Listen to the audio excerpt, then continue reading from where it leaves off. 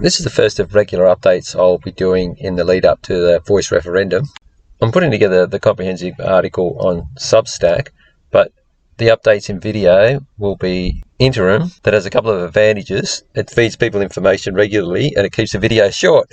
All right, let's get into this one. So I'll focus on just one part of this Joint Select Committee report. Now, their only job was to look at the legislation that is put in place to enable the referendum to occur and to either recommend it with or without changes or to not recommend it. As you can see, they recommended it.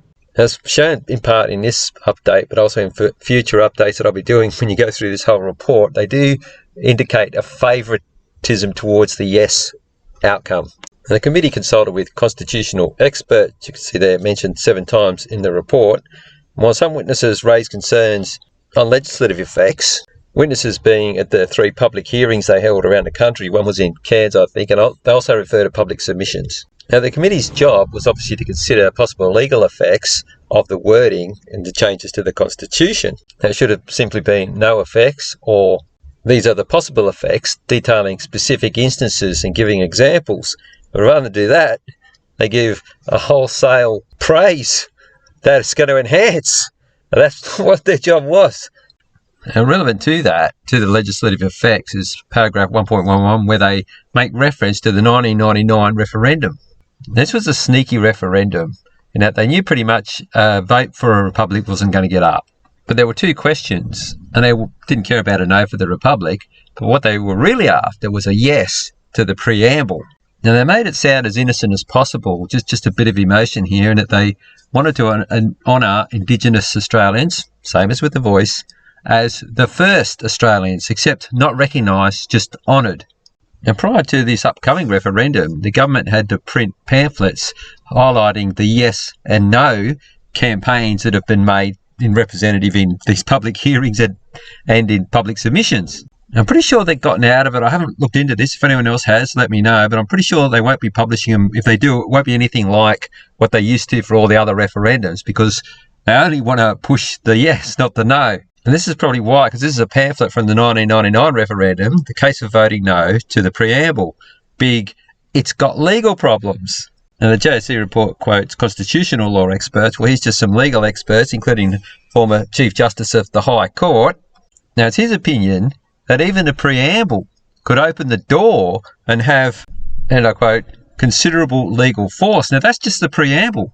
That's not changing any of the clauses, which directly limits and effectively governs what the Parliament can and can't pass. And the second last line there I've underlined in blue, this is the money ball. This is what it's really all about. And back then, the Prime Minister of the day, was it John Howard? When did he get beaten? Yeah, it would have been Howard. He got beaten in 2007. Yeah, he wouldn't mention whether it affected, he refused. It looks like someone's asked him the question and he refused to make mention of Aboriginal custodianship. Now, that's a real red flag. I've got a video coming up on exactly what a lot of people already know. Obviously, the person that wrote this knew exactly what custodianship means. It means the highest authority on the land, in a nutshell, but I'm going to break it all down as to how it fits in from what I've looked at. Now, the votes were dashed back in 1999 because the no vote was higher for the preamble than for the republic. I think it took them by surprise. I think they thought they're going to pull the wool over everybody's eyes. And also, most people know, it doesn't have to be a 51-49 majority. It has to be a double majority in all of the states and also in the overall vote. Anyway, they've used the intervening 23 years before they've had another crack at it.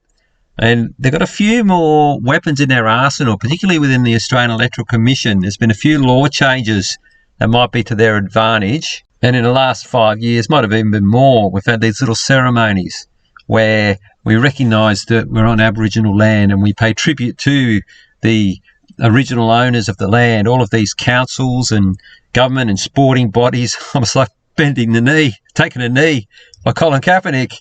So I think they hope that that's conditioned people to, oh, yeah, we do it all the time. Oh, yeah, just vote yes to this. Oh, we got to try and push back against all that. Here's the committee members for this Joint Select Committee that says it's going to enhance, even though the question and the changes to the Constitution don't detail any specific outcomes. In fact, they make it so that the design of the voice, therefore how it's going to function, you don't get to know that. That's not even done until after the referendum. And apparently giving it a big tick, it's going to enhance. Well, how can these guys know that? Unless they have been told, or they do know, and their idea of enhance isn't enhance for us, but enhance for, well, we know who the most likely candidates are for that. And the chairperson was Labor Senator Anita Green. And here's a unemotional, business-like, forward, an honest question. The late whoever that was. This is the wordset that they use. Described recognition as a gift not to Indigenous Australians, but from them. See, this is how everything's inverted now. It's like, you gift someone $1,000. Here you go, here's $1,000. And they go, no, I've given you the gift of taking it. Now I'm going to go and buy stuff with it. And you now can't buy stuff with it. But you didn't give to me, I gave to you. She's got at the top there an honest question. Then she goes, by the way, it's unquestionable. Well, you can't have an honest question and then say the matter's unquestionable on that matter. Yeah, that just goes to show this kind of consistent and repeatable inversion, contradictions in every single one of these government publications.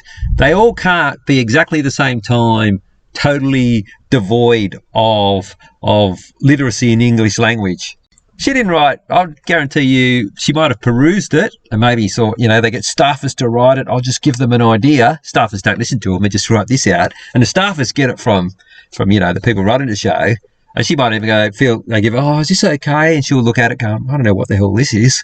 What about this? No, we're firm on that. It's got to be an honest question, but then be unquestionable. You can't.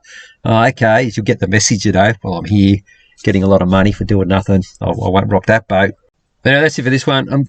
Like I said, I'm going to be doing updates regularly, maybe once a week, as I go through this report and all the other information and other things I hear actually from other people. I'm getting a lot of ideas from other people.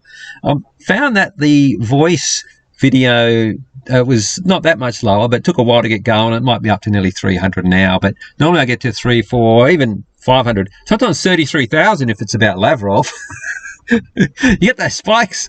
Speaking of spikes, I've got a big jump on the one that everyone recommended on Rumble. I'm having trouble uploading to Rumble, by the way, since I got that big. I don't know if it's related or not.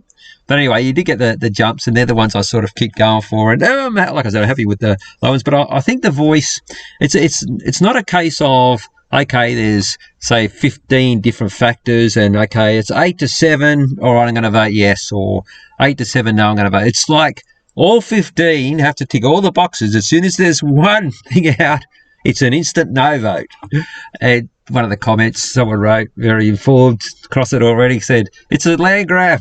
Well, as soon as you read that, you don't need to hear all this other stuff, that I'm going to go through. So I can see how people go, I'm already voting. No, I don't need to hear anymore. It is helpful, though, because some of the information I'm putting out relates to referendums in general and what they're about. But if you're purely, just worried about what your vote's going to be on the voice, I certainly get where you go, it's a voice one, I already know what I'm doing. All right, that's it for this one.